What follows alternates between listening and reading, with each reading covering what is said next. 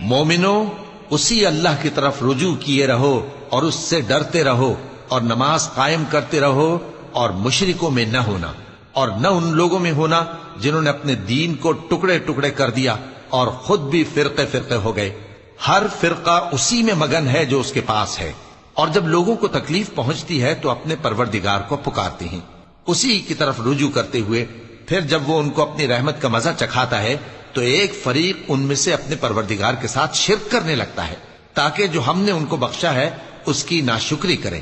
سو خیر، فائدے اٹھا لو، ان قریب تم کو اس کا انجام معلوم ہو۔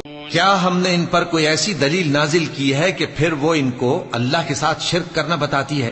اور جب ہم لوگوں کو اپنی رحمت کا مزہ چکھاتے ہیں تو وہ اس سے خوش ہو جاتی ہیں، اور اگر ان کے اعمال کے سبب جو ان کے ہاتھوں نے آگے بھیجے ہیں انہیں کوئی تکلیف پہنچے تو نا امید ہو کر رہ جاتے ہیں۔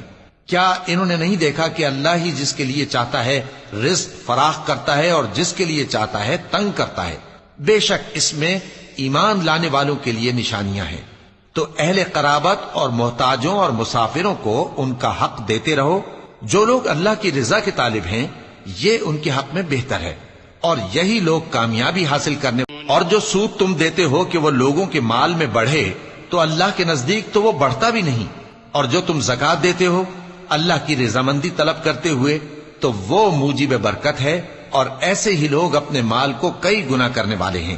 اللہ ہی تو ہے جس نے تم کو پیدا کیا، پھر اس نے تم کو رزق دیا، پھر وہ تمہیں موت دے گا، پھر زندہ کرے گا۔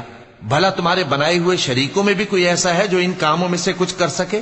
وہ پاک ہے اور اس کی شان ان کے شریکوں سے بلند۔ خشکی اور تری میں لوگوں کے اعمال کے سبب فساد پھیل گیا ہے تاکہ اللہ ان کو ان کے بعض اعمال کا مزہ چکھائے۔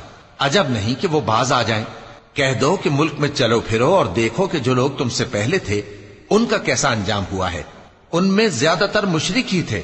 تو اس روز سے پہلے جو اللہ کی طرف سے آ کر رہے گا اور رک نہیں سکے گا، سیدھے دین کے رستے پر سیدھا رخ کیے چلتے رہو کہ اس روز سب لوگ منتشر ہو جائیں گے۔